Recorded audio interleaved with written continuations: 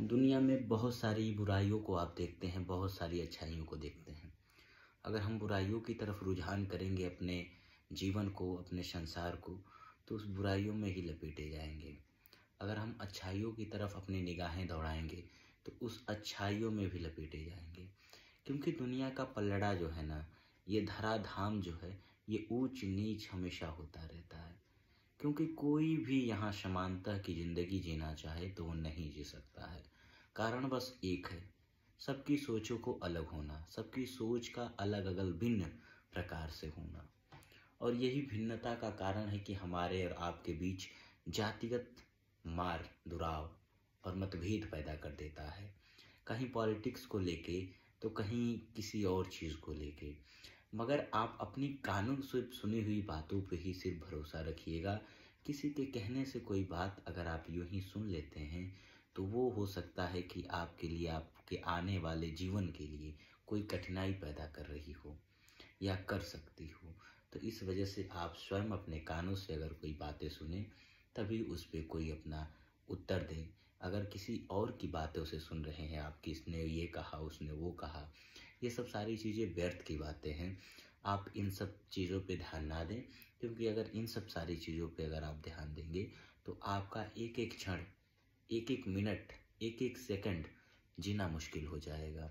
यही सत्य है और यही सनातन धर्म की संस्कृति है कि जब तक हम अपनी बातों से सुने नहीं, जब अपनी कानों से अपने बातों को एहसास ना करें, जब हम उस चीज़ को जाने पहचाने नहीं, तो उस विषय में हम कुछ भी हस्तक्षेप ना करें।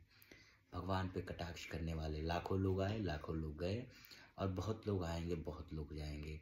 हम यहाँ हमेशा के लिए नहीं आए हैं, ना कि आप हमेशा के लिए आए हैं। तो इस वजह से इस चीज़ का आप ध्यान रखिए कि ना हम यहाँ परमानेंट हैं, ना आपको रहना है। तो जब तक हैं तब तक प्रेम व्यवहार से रह लें। क्योंकि ये धरा ना मेरी हुई है और ना किसी की होगी।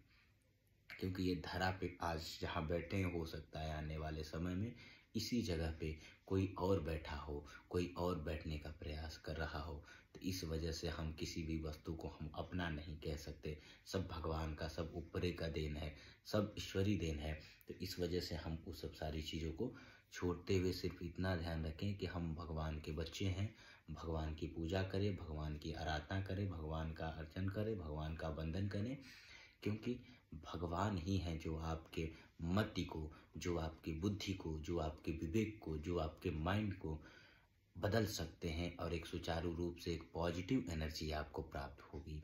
जो पॉजिटिव एनर्जी आपके जीवन को और आपके संसार को एक सुचारू रूप से अच्छे तरीके से ढंग से चलाने का कार्य करेगी। क्योंकि आप सभी जानते हैं कि जहाँ शांति रहती है, जहाँ सुविधाएं रहती हैं, वहीं व्यक्ति रहना पसंद करता है। और जहाँ कांटेदार फूल लगे हों, जहाँ हमेशा दर्द हो रहा हो, जहाँ हमेशा दुख हो रहा हो, जहाँ हमेशा पीड़ा हो रही हो, जहाँ हमेशा तकलीफ हो रहा हो, जहाँ हमेशा पेन हो रहा हो, वहाँ व्यक्ति रहना पसंद नहीं करता है।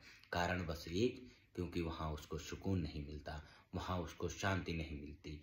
तो इस वजह से आपको सुकून वहीं मिलेगा जहाँ आपके अंदर पॉजिटिव एनर्जी रहेगी, सकारात्मक ऊर्जा रहेगी। क्योंकि नेगेटिव जगह रहेंगे, नकारात्मक जगह रहेंगे आप, तो हमेशा जो है आप पे नकारात्मक ऊर्जाएं पड़ी रहती हैं। तो इस वजह से आप ऐसे व्यक्ति के साथ रहें जो कि सकारात्मक ऊर्जा प्रदान कर रहा हो, जो कि सकारात्मक बातें कर रहा हो, जो कि पॉजिटिव बातें कर रहा हो, भगवान से जोड़ने की बातें कर रहा हो, भगवान से तोड़ने की बातें ना कर रहा हो। तो इसी से आप सावधान रहें, सतर्क रहें, इस बातों को आप ध्यान रखें। अगर कोई भी समस्या आ रही है भगवान से रिलेटेड, या फिर किसी ऐसे सनातन धर्म से, या फिर हमारे खुद के ऐसे भगवान से व्यक्तिगत कोई प्रश्न पूछना चाहता है, या फिर कोई क्वेश्चन मार्किंग लगाना चाहता है, तो हमसे प्रश्न पूछ सकता है। तब तक के लिए जय जय श्री सीताराम, राधे राधे।